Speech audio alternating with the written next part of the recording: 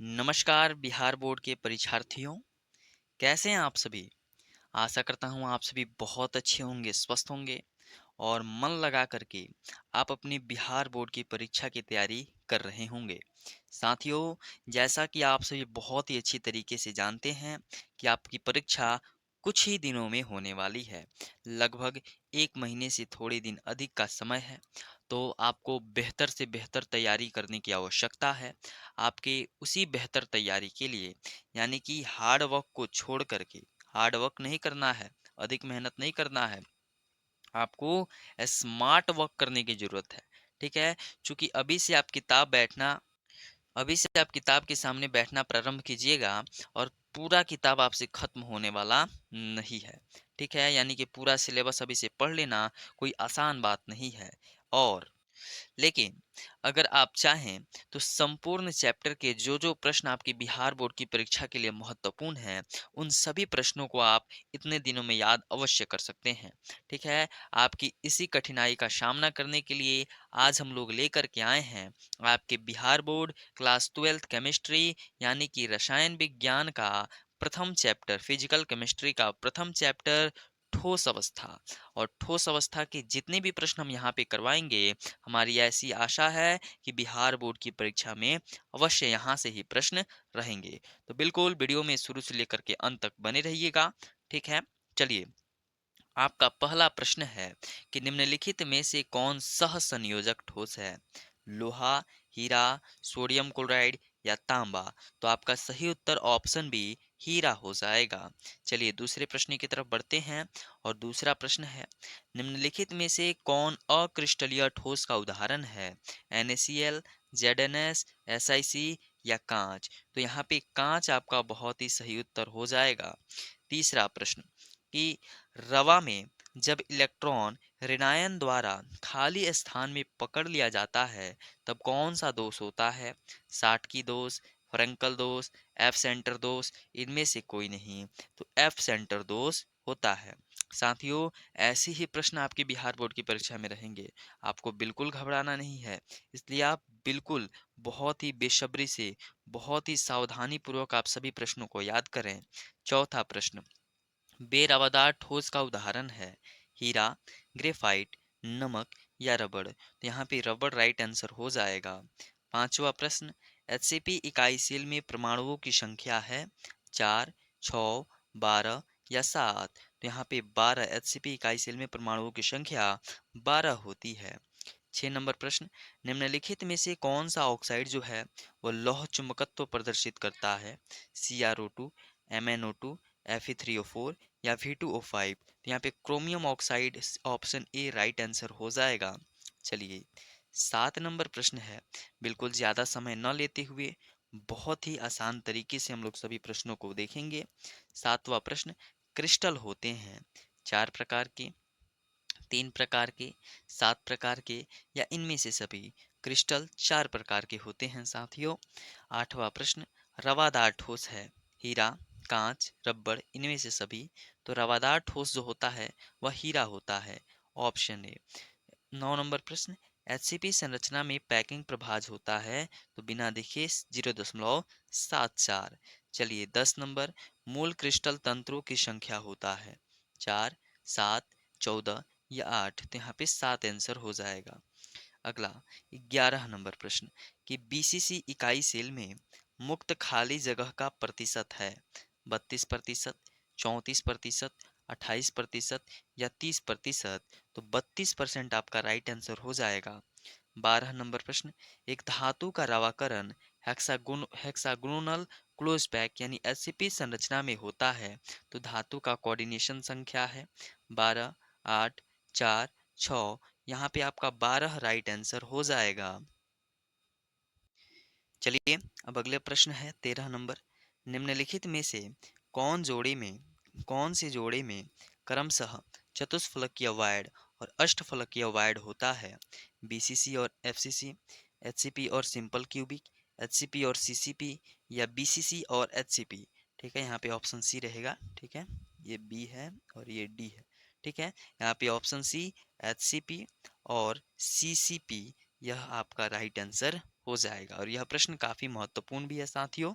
ठीक है, चलिए अब 14 नंबर प्रश्न है, क्रिस्टल तंत्र AB में निम्नलिखित में से किस क्रिस्टल तंत्र में a's not equals to b, not equals to c एवं alpha equal to beta equal to gamma बराबर 90 डिग्री पैमाना पैरामीटर वर्तमान रहता है?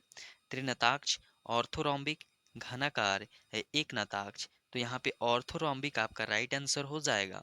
अगला 15 नंबर प्रश्न, पोटेशियम का क्रिस्टलन होता है या NaCl क्रिस्टल की संरचना होती है?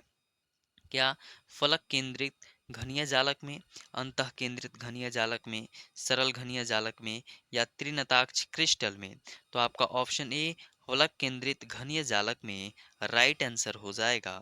अगला प्रश्न है आपका कि ठोस क्षारीय धातु हैलाइडो का रंग किसके कारण होता है? एफ केंद्रों का कारण, शॉर्टकी दोष के कारण, फ्रैंकल दोष के कारण या अंतरकाशी स्थानों के कारण? तो यहाँ पे एफ केंद्रों के कारण ठोस क्षारीय धातु जो होता है वह हैलाइडो का रंग होता है। Option A is the right answer. अगला प्रश्न, सोडियम क्लोराइड का जालक है क्या षटकोणीय, अष्टफलकीय, चतुष्फलकीय या वर्ग समतलीय? ऑप्शन बी अष्टफलकीय आपका सही उत्तर हो जाएगा। 18 नंबर प्रश्न, निम्नलिखित में से किस धातु का समन्वय संख्या 8 होता है? पोटेशियम, आयरन, जिंक या गोल्ड? तो बताइए, इसका ऑप्शन ए समन्वय संख्या 8 पोटेशियम हो जाएगा। चलिए अगला 19 नंबर प्रश्न, घनाकार क्रिस्टल में प्रवेश जालकों की संख्या होती है 3, 1, 4 या 14? इसका ऑप्शन ए 3 राइट आंसर हो जाएगा। चलिए अगला प्रश्न 20 नंबर की एक अष्टफलक रिक्ति निम्नलिखित में कितने गोलों से घिरी होती है? 4, 6, 8 या 12? तो 6 इसका सही उत्तर होगा। और साथियों आप सभी जो सब्जेक्टिव क्वेश्चन हम लोग चल लेके आ रहे हैं डेली 5-5, वह भी आप लोग देखना प्रारंभ कीजिए, क्योंकि वहाँ से आपकी बोर्ड परीक्षा में हमारा ऐसा दावा है कि वहाँ से ये प्रश्न सब्जेक्टिव में रहेंगे। चलिए 21 नंबर प्रश्न है कि निम्नलिखित में से किस प्रकार के दोष के कारण क्रिस्टल के घनत्व में कमी होती है? फ्रैंकल, साटकी, अंतराली या एफ केंद्र? तो साटकी दोष आपका सही उत्तर है। 22 नंबर प्रश्न, साटकी दोष के कारण ठोस का घनत्व बढ़ जाता है, घट जाता है, शून्य हो जाता है या इनमें से कोई नहीं? तो साटकी दोष के कारण ठोस का जो घनत्व होता है वह घट जाता है। चलिए आपका 23 नंबर प्रश्न, फ्रैंकल तथा साटकी दोष होते हैं नाभिकीय दोष, क्रिस्टल दोष, परमाणु दोष या अणु दोष? इसका क्रिस्टल दोष सही उत्तर हो जाएगा, ऑप्शन बी। 24 नंबर प्रश्न है कि फलक केंद्रित घनीय जालक में एक एकक कोष्ठिका कितनी एकक कोष्ठिकाओं के साथ सहविभाजित होती है? 8, 4, 2, 6, 8 इसका सही उत्तर हो जाएगा। चलिए 25 नंबर प्रश्न, और 25 नंबर प्रश्न है कि एक क्रिस्टल में कितने प्रकार के क्रिस्टल जालक संभव हैं? क्या 23, 7, 230, 14? तो इसका option D 14 is the right answer. ठीक है, 14 सही उत्तर हो जाएगा। अगला 26 नंबर, C6H6 कैसा पदार्थ है? अनुचुंबकीय, लौह चुंबकीय, प्रतिचुंबकीय या इनमें से कोई नहीं? बिल्कुल यह प्रतिचुंबकीय है। ठीक है, चलिए आपका अगला प्रश्न है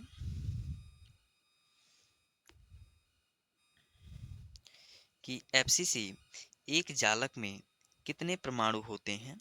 1, 2, 3, 4? तो 4 होते हैं। 28 नंबर प्रश्न, CSCl की क्रिस्टल संरचना है SCC, FCC, BCC या इनमें से कोई नहीं? तो BCC राइट आंसर। 29 नंबर प्रश्न है कि निम्नलिखित आयनिक यौगिकों के क्रिस्टल में आप किसमें धनायनों तथा ऋणायनों के केंद्रों में अधिकतम दूरी होगी? CSI, option C is the right answer. अगला 30 नंबर प्रश्न है, पी प्रकार के डोपित अर्धचालकों को प्राप्त करने के लिए मिलाई गई अशुद्धि में संयोजी इलेक्ट्रॉनों की संख्या होगी 3, 2, 1, 5?